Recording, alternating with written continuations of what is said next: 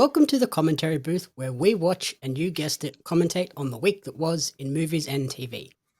I'm your host and play-by-play commentator Jamie Apps, and each week I'm joined by a rotating cast of colour commentators to help you find your next viewing treat. This week I'm joined by an Impact V technician who lists their favourite movie as A Nightmare on Elm Street and favourite TV show as Golden Girls.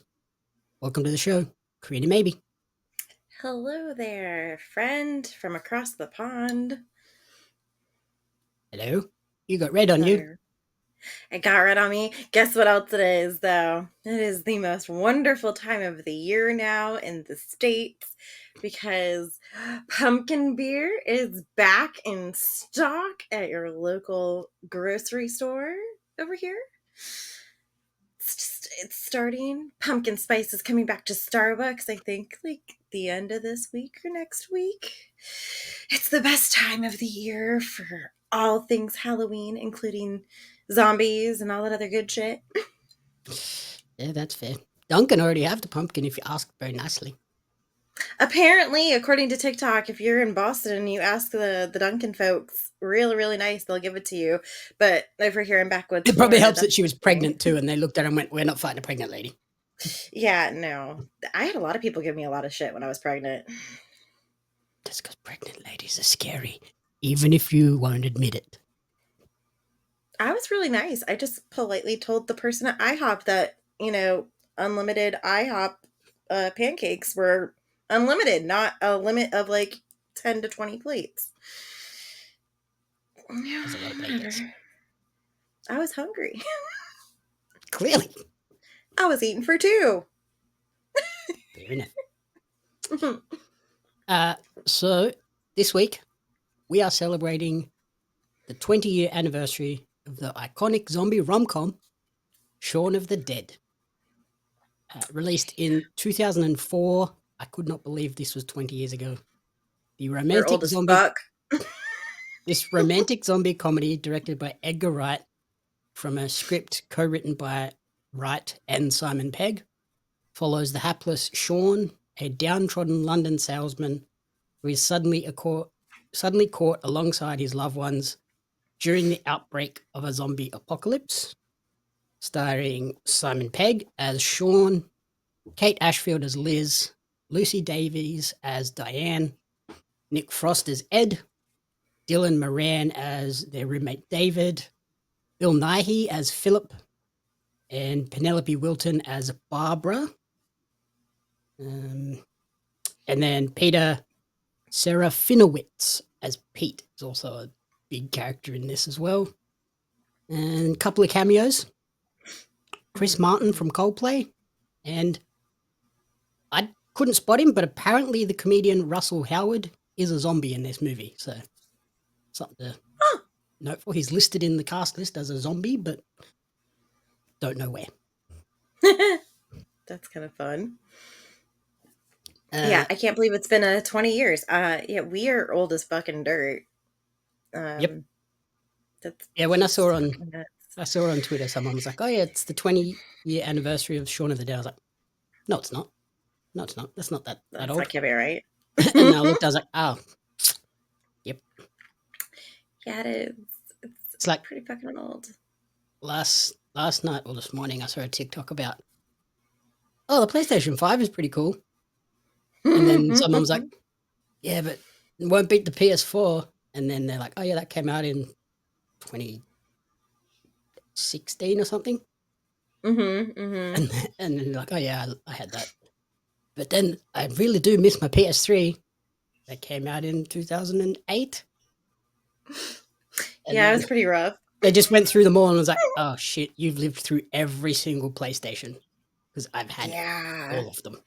It's nuts. Yeah, the PlayStation 1 is like 95, I think that came out.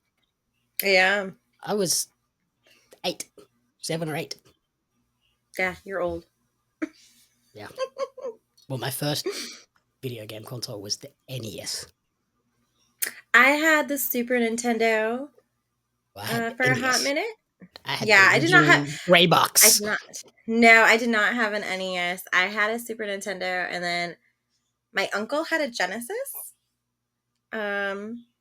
Yeah, because he was really big into Sonic. What? Yeah. I did not follow that path. I took my NES or whatever, Super Nintendo, whatever it was, I don't, and ran with it. And then I got a GameCube, and I thought it was like hot shit when I got a GameCube for the first time ever. Did you use the handle? No, Yeah, the GameCube has a no. handle built in. I know. Oh, yeah, you just pick it up and carry it with you to go. Yeah, it was like cool to take your shit with you before they came out with carrying cases. They're like, we don't Such need a a carrying weird case, like just take the whole box. idea. Yeah. It's like the precursor for what the Switch would end up becoming. It's like a home console that is Yeah. designed to be taken places. Like, oh, bit weird. I loved my GameCube so much that when I got a Wii, I bought the GameCube controllers for my Wii because I missed them so much. Yeah. But the Explains a lot GameCube about is you. my that was my baby. That was my introduction to a Resident Evil game. Like I played Resident Evil 4 or something like that on the GameCube, and that's where I fell in love with it. So, Fair enough. mhm. So Shaun of the Dead, what is your history with Shaun of the Dead? There isn't any history because uh much to your disappointment, when you told me that we were going to be doing this episode, I politely told you I'd never watched it before. And I felt the eye roll from 9,000 miles away. Mm-hmm. I honestly could not believe you had never seen it. I was like, what? There's been a lot of movies you've never seen that I kind of have the same reaction for, but we're not going to dive down that road Yeah, because this but is about me apparently and not you now. Shaun of the Dead I watch at least yearly.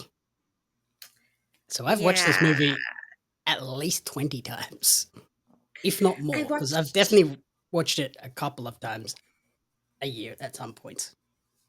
I think I've I've watched watched it it twice once. this year.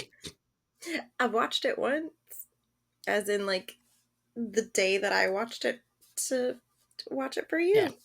Well, I So I watched it did. to prepare for this, and I think I watched it earlier this year as well. Mm. Yep, cool. It's kind of like when people talk to me about like Clerks and Clerks 2, and I tell them I've never seen either of those either. That's why I have Um seen this. yeah, but it was Superbad? kind of like the same reaction. Superbad's another No, one that I will watch consistently, and Talladega Nights and Step Brothers. They're like my that's cool. 4 comedy on rotation, guaranteed they're going to be watched at some point. They're great. It's like, I just want a Nope. silly, funny movie to watch. One of these 4 will go on. Nope. Mm-mm. Mm-mm. No, I'm good. I like there's other movies that I like better. So Anyway, since this was your first experience with Shaun of the Dead, what did you think of the satirical commentary on how modern life turns everyone into zombies? it's a fun concept. It was a fun movie. I'll give it that. It was very fun. Um, yeah. It has a cult following, so I give it that. Like, I get that there's a cult following with this movie. Uh, I'm not one of those people.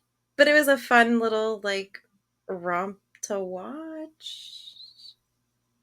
See, for someone that And I loves like appreciate, horror, I thought you would have loved it because it's like constantly referring and paying homage to all of these like classic zombie movies. I think that's my problem, though, is like, I don't know. For me, like, when I think of like fun zombies, I think of like Billy from Hocus Pocus coming back as a zombie. And not and not in You this don't sense. think of George Romero and all of his classics? No, not in a comedy sense. No, I don't. I really do not. When I think of zombies, though, yes, I think of "They're coming for you, Barbara," line and like Evil Dead and things like that. But on a comedy spectrum, I do not. I don't put zombie and comedy into the same. So this was a very strange concept for me to grasp, but I had to go into it thinking it was kind of going to be almost like the Scary Movie, but just a zombie parody instead of pairing all of the scary movies. Mm.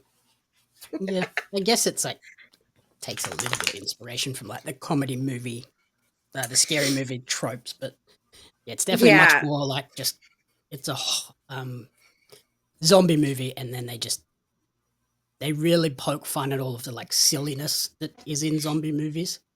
Which I do appreciate. I really do appreciate like the them trial and error on how to kill them. Um The trying to fact that navigate through nobody all of them. notices the outbreak occurring at the start, like there's Yeah, all these it's just people just completely like like, huh? biting people or like chasing birds and trying to eat birds, and they're all just like, eh. Shaun doesn't notice the bloody handprints when he goes into the store and there's no one around, even though he Yeah, slipped on a pool of blood. it was fun. Those aspects of it were really fun. I also appreciate that they did somehow throw in a romance, like love interest, love story into it somehow. Like you got that out of it, which was really fun. So yeah, it's I came around to it. I mean, it's never gonna be like one of my go-to movies, but if you ever want to chuck it on, I'm never gonna tell you no, it'll be fine. Um, so yeah, it was a fun watch. Did you notice they also ripped that "They're Coming for You, Barbara" like line directly from George Romero's movie? Yes, and it was wonderful. I was reading, apparently they sent a screener to George Romero early before it had come out, and even he didn't realize that that was pulled from his movie. I They had to tell him, love like, "No, that. that's a direct homage to you because Are you cool with this? we took that straight out of Night of the Living Dead." Yeah, you cool with I take it back. The only other like comedy zombie movie I've ever seen is Dead Alive. And I distinctly remember, yeah, it's a really, I think it was made in like the early like 90s or something like that, or maybe early 2000s.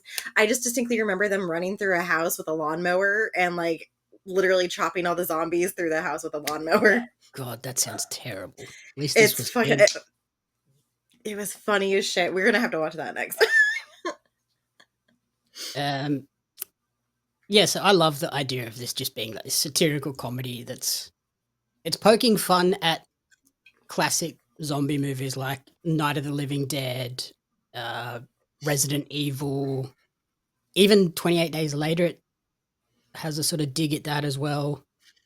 Yeah. Um, and I love how like but then it is also commenting on like modern life where people are just so in tune with like, oh, I've just got to go through the motions of go to work, do this, do that.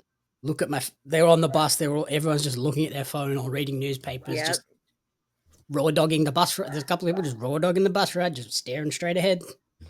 Yeah. Just like Um, everyday life, completely unbothered.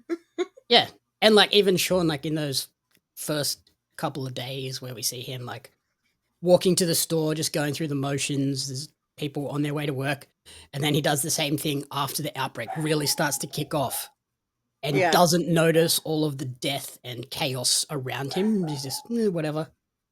Yep. Um, and in that moment, you sort of hear in the background like a lot of the storytelling for the actual zombie outbreak isn't told through like what our characters are doing, the central characters. Mm-mm. It's all the things you hear in the background, like the TV reports and the radio reports Yeah. and stuff. And like the first one is like on the newscast, they reference a satellite has crash landed. Um, and like that, you think, oh, maybe that's the source of the outbreak. Yep. And that is another one of those references to Night of the Living Dead, which in that movie, the cause of the zombie outbreak is a space probe, a radiation from a satellite that crashes. Yep. So that's cool. And then we hear when he's leaving the store after he does the slip and doesn't notice the bloody handprints. Uh, there's a Hindi newscast on the Mm-hmm. radio, which obviously I don't speak Hindi, couldn't understand. But when you translate that, it translates to people are waking up from their graves. So like Oh. it's telling you all about this. We also hear that the Church of England has joined other extremist groups in proclaiming this is a sign of a religious apocalypse. I was like, the Church of England, an extremist group? What? That's so fun. Yeah, it's little bitty things in the background that like, you don't realize until like it's halfway through and you're just like, wait a second. They're talking about it, but they're not registering anything that they're listening to. Like it's just background noise for them. Like, oh yeah, the news is on, no big deal, whatever, it's the same shit every day. No one thinks to like actually pay attention to what's happening. Yeah, especially like the moment where we see Shaun like flicking through the channels. Yeah, he's just going through like, oh no, I don't want to watch that. No, I don't want to watch that. Like, fuck this. But did you pay attention to all of those clips? They were all like leading to like zombie stuff or like people eating things or like animals eating things. Yeah, but they weren't all newscasts. It was like a newscast, and then it was like a musician Just interview, and then like yeah. Discovery Channel and stuff. But if Mm-hmm. you take all of those clips and string them together in the way that it does, it comes out to, although no one official is prepared to comment, religious groups are calling it Judgment Day. There's changes the channel. Panic in the streets of London as an increasing number of reports, serious attacks on people who are literally being eaten alive, but witness reports are sketchy. One unifying detail seems to be that the attackers in many instances appear to be dead. So it's like there's so much foreshadowing in this movie where they do stuff like that, where if you key in on all of the stuff, they almost go so far as to spoil the whole movie just by the foreshadowing in the early, like the first third of the movie.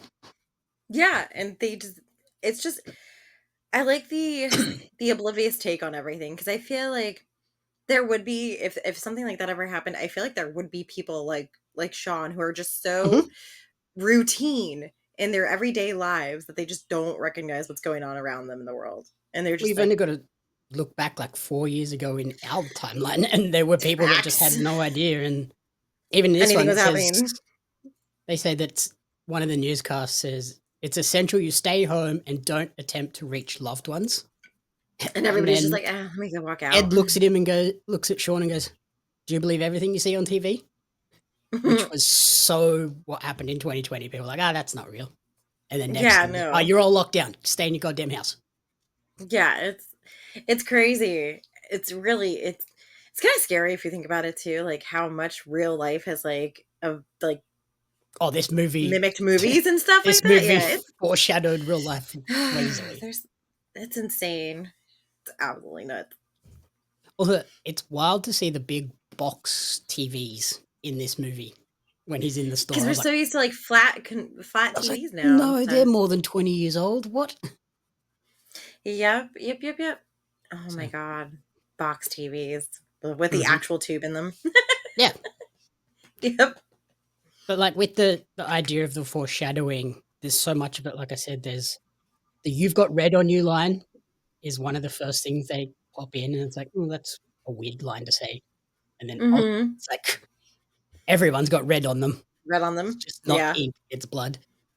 Yep. And at the Winchester, they talk about the Winchester rifle above the bar, and like it's just a prop. It's nothing. It's nothing.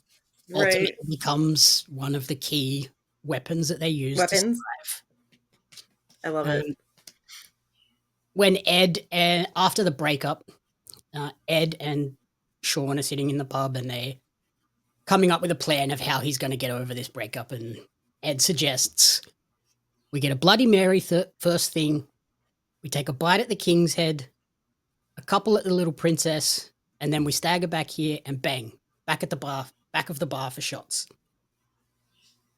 They spoil the whole movie in that one sentence. Yeah, because they did literally all of those things Well, throughout the entire movie for the most part. Bloody Mary, the zombie Yeah, that they see in the backyard, her it's name is Mary. Mary. Yeah, they Uh, come across like all of those little snippets a somehow bite, or another. a bite at the King's Head. Sean's stepdad Philip gets bitten. Yep. A couple at the Little Princess, referring to David and Diane, and then they go and rescue Liz. Yep. Then they pretend to be infected, and they stagger back to the Winchester before they end up behind the bar firing shots at all of the zombies. Shots at. Yep. I was like, I never realized that until I was researching. I was like, wow, they actually do spoil the whole movie in the first 10 minutes. It's that there's so much thought into different things in this movie, and you wouldn't expect someone to put that much effort into a comedy, but I love that about this. Like Yeah, that's wonderful. That's one of the things I was reading too with Simon Pegg. He said when he was writing this, and then when they were filming it and everything, because of the structure of the movie with all of these foreshadowing moments that then come back later and get paid off, Mhm. there's very little improv in this movie. There's, I think he said there's maybe 2 scenes where they improv a little bit, but Hmm. everything else is so, like, structured and strict to the script because it is so all woven together, and it's like, he says this here, so at this point he has to say exactly this thing, or exactly Yeah. this thing has to happen, and it's, like, really cool in that way. Yeah. It's one of those that's movies amazing. that's the more attention you pay, the more you pick up from it. Right, yeah. That's so much fun. I don't know. I appreciate, let me just say it, the things that I took away from this is I know for a fact I can throw random records at zombies and it'll probably hit them somewhere. It But start probably with won't my do least much. favorite ones first. It'll I work. think I have some records. I even have some CDs, and then I have an entire library of DVDs. So if I can't get them with the big thing, I might just try little ones. You have the Batman Um, soundtrack?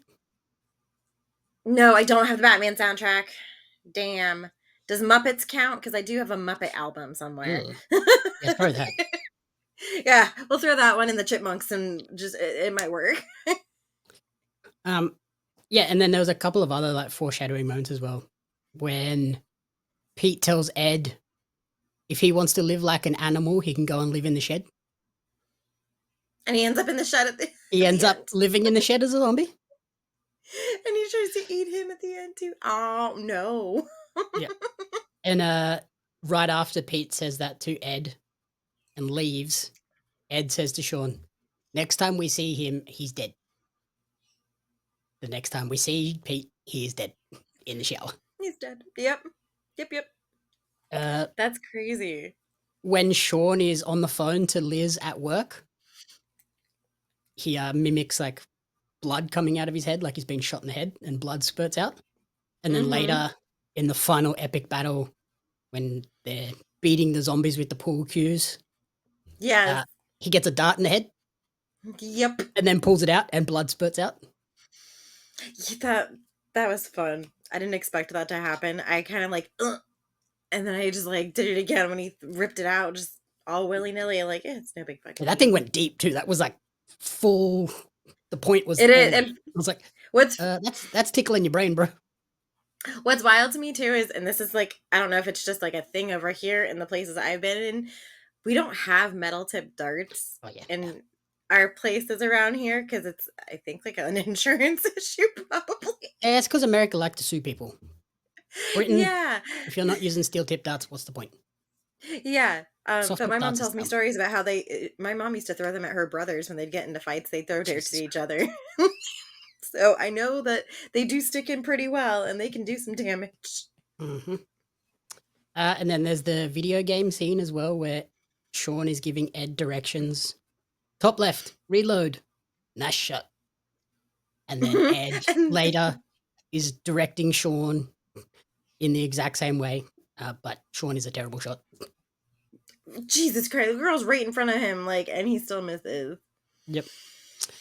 And then ultimately, aside from, I think it's Shaun, Liz,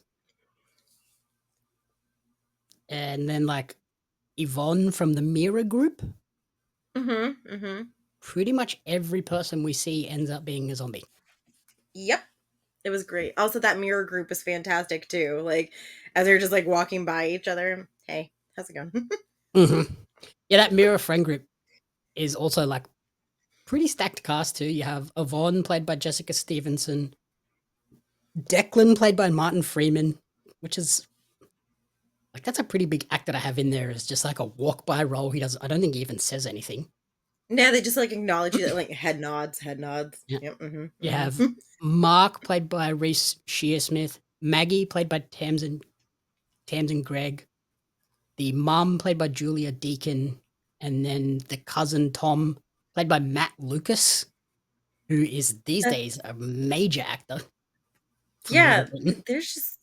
there's so many random people that just, like, pop up out of nowhere in this Mhm. movie.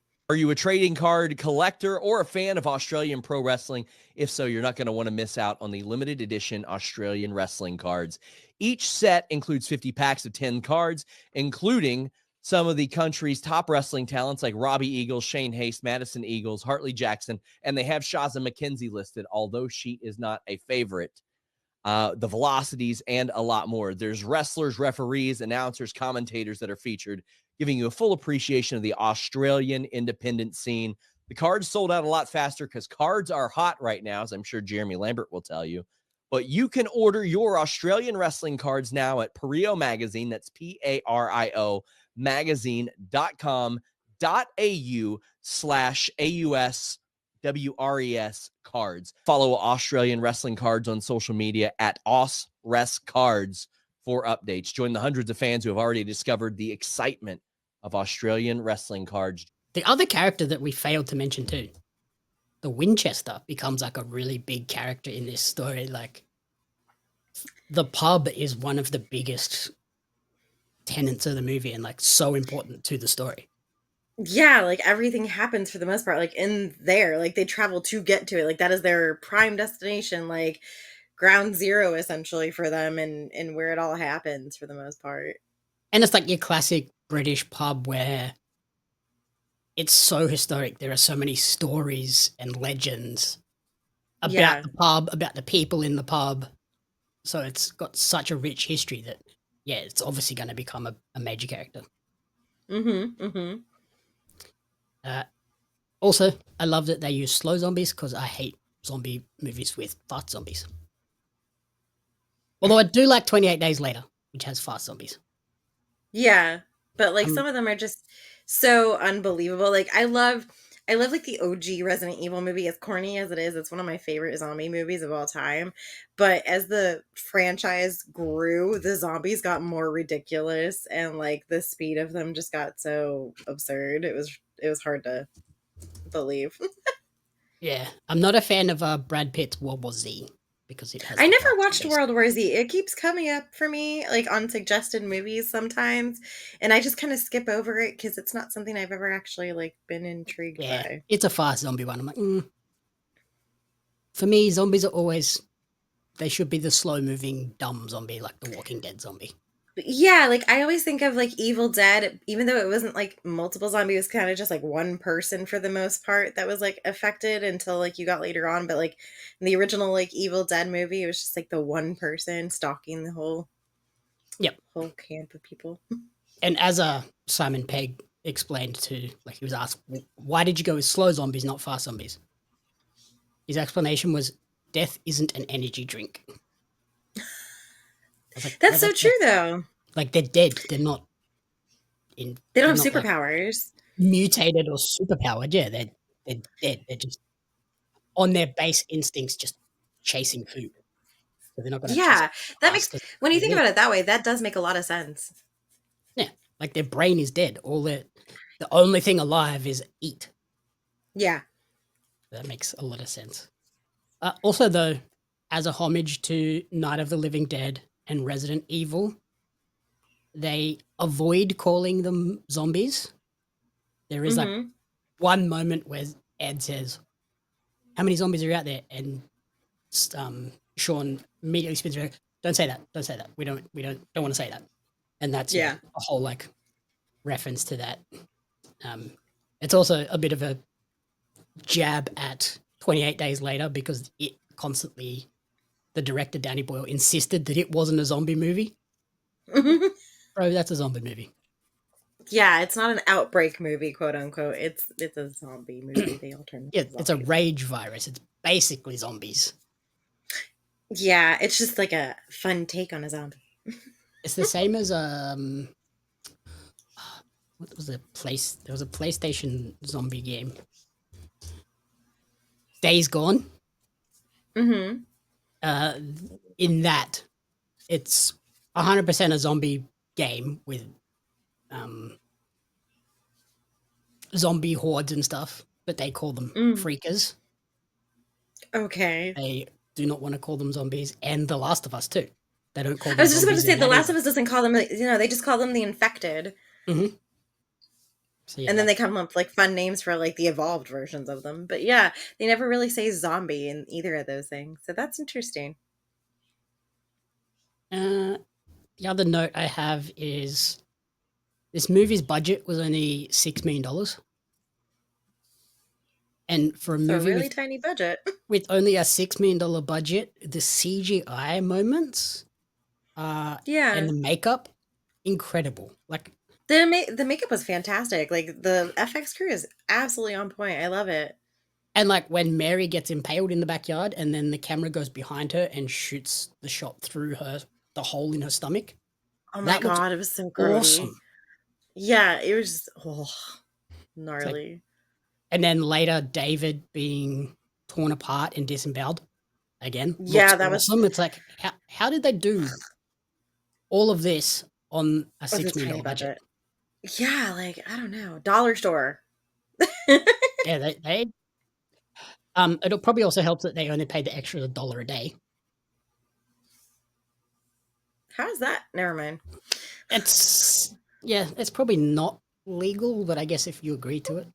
But I was gonna say, if you sign a contract and say yes, this is what I agree to, then there's nothing they can do about it. it's a again, that's another homage to George Romero because apparently he only paid zombie extras $1 a day for Night of the Living Dead. Yeah, Hey, you get to be in a that was a movie. different. Shut up. Yeah, you get to say, "Hey, And, look, it's me right there." and you're gonna get sweet photos in full zombie makeup. Yeah, like nowadays, I feel like people would just do that for sheer like, do it for the gram moments, you know? Well, The Walking Dead, I know there's like the film writer Gary Whitta. He's in an episode of the first episode of Walking Dead as the pajama zombie, and he did that for free just because he wanted to be in the movie Yeah, or I in the feel like show. sometimes when you get to that when you get to that level, or you find a show, or you get like asked to go on to something that extreme and big, you're just kind of like, whatever, it's fun, let's do it. Fuck it. And like Star Wars as well, there's so many celebrities that have been in Star Wars as stormtroopers Random stormtroopers. that you would never know because they have the full helmet and gear on. Fuck So, it. okay, cool. But yeah, $6 million budget. Do you know what the box office was for this movie? Quite a bit more than $6 million. $38.7 million. That's pretty damn good for such a small budget and for the type of movie it is, because this is not something that you would expect, box office like records being shattered and stuff like that. So good on them. And it released 2 weeks after Dawn of the Living Dead. Oh, okay. Or Well, there's Dawn of that. the Dead or whatever it was. There's been so many of the Dead movies. It's kind of hard to keep track of them. So the company that released this, they only took it on the proviso that it was delayed so that it didn't come out right on top of Dawn of the Dead. So they bumped that it would 2 be really weeks rough. because they didn't want that confusion of Dawn of the Dead, Shaun of the Dead. They sound so similar. Yeah, that would have fucked their box office so hard. Could you imagine like how many people would like pay for a movie and be like, "Wait, where's this? What? Yeah, What am I watching? Why is this a comedy? What the heck?" But for me, Shaun of the Dead's a better movie than Dawn of the Dead. I mean, that's just because you have this weird obsession with these ridiculous comedy movies. On the comedy front, there are a few things that don't age particularly well. Notably, the use of gay as a sign of exasperation or as a joke. Ed and Shaun both use that a lot. Definitely not something they could get away with if they did a Shaun of the Dead 2. Yeah, no, absolutely not. And then when they rescue Philip and Shaun's mum, or is it when they might be when he rescues Diane and Liz and that. Ed drives up in the car and I'm not going to say the word. Sup, N-words. Yes. I think that's when he hits the telephone pole or whatever outside of the house. Yeah, because it's when he rescues Liz, Diane, and David. So yep. Yeah, and he's yeah. Sup, N-words, and I'm like, oh, I didn't remember that was in here. Yeah, yep. There are certain things that they got away with back in like the early 2000s that are definitely like a shunned thing now. You don't do that anymore. Yeah, I do love that moment though. Like, where's the car? Pranged it. How? You were in park. Hmm. Sounds about right. Couple of my other favorite moments to the scene when Philip finally turns after his bite, and then Hmm. everyone bails out of the car, and then they lock him in the car. Sean's mum's freaking out, like, "Oh, we have to help him, we have to help him," and Sean's like, "There is nothing left of the man you once loved in there." Yeah. As this rock music's blaring, and then he just reaches over and turns the sound off. I'm like, "Oh my god, that's so good." Yep. That the bar sequence with the pool sticks is fantastic. Yeah, the classic sort of Edgar Wright, let's sync action up with music, and Music. that's "Don't Stop Me Now" by Queen. Yeah. Also the fact that they like had pool sticks and were beating the zombies with them instead of just like jabbing them through the head with them. Like Mhm. you have a sharp pool stick there, you could easily like, crack it over your knee like classic style and just jab, but no, you're just smack them upside the head with it instead. Yep. Uh, I also love Philip too. A couple of Philip's lines crack me up as well. When Sean gets to his mum's house, and she calls him Pickle, which is funny. But then he asks Philip how he's feeling after he's been bitten by the muggers. He goes, "I'll be right. I ran it under a cold tap." Like, such an old man moment of like, "It's fine. I gave it a bit of a wash. It'll be all right." Yeah. It's no big deal. It's just a scratch. And then he asks him, "Oh, have you been watching the news?" And Philip's like, "It's just a lot of overblown nonsense. Just a bunch of drug nuts running wild." And it's like, again, another like eerie premonition for lockdown COVID times. Yeah, it's nuts. Because Like, there were so many people that were like, it's just overblown nonsense. yeah, I feel like that's probably these movies are probably why people like just did not take COVID seriously at first is because it just felt like a movie. Like it felt like we were living out one of those awful movies for like a solid like 4 or 5 months. Yeah, it was wild. It was just nuts. Hmm. Everyone was like, it'll be fine. And then when people started dying and the numbers were just skyrocketing, and I was like, Guess it's not okay, fine. maybe we should pay attention to this now. Yeah, that's And I feel like we're crazy. doing that now with the monkeypox. Everyone's like, it's fine. It's only in Africa. It's fine. Yeah, it's that's how it starts, and then it slowly just like becomes more than that. So maybe we Mhm. don't take it as lightly. Yeah, so we'll see. World Health I feel like you Organization guys seems to are. be taking it seriously. I was gonna say, I feel like you guys also take things a lot more seriously than like the US does. Like over here, we have people Oh, that are yeah. just like everything's a fucking hoax. Everything's a hoax. Don't worry about it. Yeah, It's not real. our government really fucked us there for a while. Yeah. Um, One of the other fun scenes too, when Shaun climbs up the child's slide up the ladder Boop, boop, boop, boop. and then Yes. climbs back down. Liz, how many are there? Lots. Yep. I feel like that would be an accurate assessment. So then they decide to hide in plain sight by imitating the zombies to get through the horde to get to the Winchester. And they're all rehearsing their roles. Yes. Ed, are you ready? Your turn, Ed. You're like, I'll do it on the day. Ed, today's the fucking day. Yeah. Do it. Yeah. So that That's was great. always fun. But yeah, so I loved it. A couple of the other trivia moments I wrote down. Sean's mum, played by Penelope Wilton, not the original choice. No. Do you know who the original choice was? No, but now I'm really curious. Helen Mirren. Oh my god, for real? Because I was about to say she would have been perfect. Like, I love Helen Mirren. She has a place in my heart. Like, I wish she could be my grandma or something like that because she's like top tier, amazing. So the fact that you said that should have been or was the original choice, fantastic for me. Yeah, she turned it down because she wanted to do roles with funnier characters. I'm like, did you even read the script? Barbara's great. To be fair, Helen Mirren can do no wrong. I don't care if she turned it down because I fell in love with her when I watched Red, and then she was in like fucking Fast and Furious as Jason Statham's mom. She's fucking fantastic. I love her so much. Hey, if she's gonna do Fast and Furious, she could have done Shaun of the Dead. Yeah, but we didn't know how stupid Fast and Furious was going to come down to. You know, we didn't expect to get to the fucking space, and yet Oh, here taking we cars to are, space. guys. Here we are. Yeah.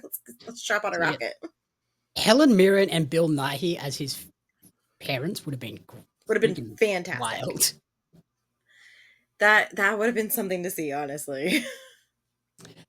Some of the other homages to zombie movies, when Shaun is trying to plan the anniversary dinner with Liz, he's going to take her to the place with all the fish, and he goes through the phone book and he pulls up Fulci's restaurant, the place that does all the fish. Lucio Fulci is a director well known for Italian zombie movies. Oh, okay. So that's a nice little, hey, if you know, you know. That's fun. The We're Coming to Get You Barbara line, ripped directly from Night of the Living Dead. Yep. And then there's a 28 Days Later reference in the final scene where Shaun and Liz are watching the TV, and the news report mentions that it was maybe rage-infected monkeys that were the source of the zombie outbreak, which is how the outbreak begins in 28 Days Later. 28 Days Later. Yep. So yeah, very cool. The Chris Martin cameo at the end as well. That's also very fun of the Zombaid. Yes. Charity concert. Something fun. That's all. And then ultimately this is the beginning of the Cornetto trilogy, which is Edgar Wright and Simon Pegg's like 3-film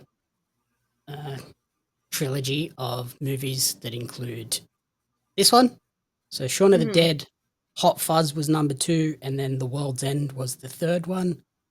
And then it's the 3 flavors of Cornetto. So you have, if you see in this one when they're eating the Cornetto as like the hangover cure, it's a strawberry Cornetto. Okay. Which is the red/pink to represent blood and zombies. Oh my gosh. And then in Hot Fuzz, it's a vanilla Cornetto, which is blue to represent the police. And then in World's End, it's a peppermint Cornetto, which is green, which represents science fiction and aliens. Of course.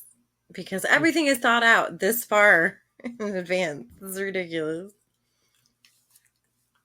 Well, yeah, I love it because the Cornetto trilogy is such a fun name for that trilogy of movies. They definitely get worse as they go along. Oh boy. Because Shaun of the Dead, top tier, great comedy movie. Hot Fuzz, pretty solid, pretty good. Okay. World's End, I did not like it. Oh. So, very disappointing. That gives me hope. But yeah, we'll watch Hot Fuzz one day. Maybe in 3 years when it turns 20. Oh, good. I feel like that's going to be like I feel like Hot Fuzz is probably like the UK version of Super Troopers or something. And so now I'm kind of like, so now I'm just cannot wait. But yeah, it's fun. So since this was your first experience with Shaun of the Dead, what would you rate Shaun of the Dead? Oh, yeah. So Shaun of the Dead for me is a 3 because I know I'm gonna hurt you so bad. It's so good. It's a 3 for me because I don't rate like comedy movies very high usually unless like it's nonstop like me gonna pee my pants. It's good. That's what this movie is. But it's not that for me. It's that for you, maybe. Giggling like an idiot. I know, but like that's not for me. No, I've seen funnier movies. You got red on you. Oh my lord! See, but no, it's fun. It was a fun adventure. It was a fun ride. Like I'm glad I finally watched it after all these fucking years because clearly I did not hop on that boat early enough. But yeah, it was fun. I appreciate the small little nods to like the inspiration for said comedy and stuff like that. And it was fun to watch. But yeah, I'm gonna just put it at a 3 and call it a day.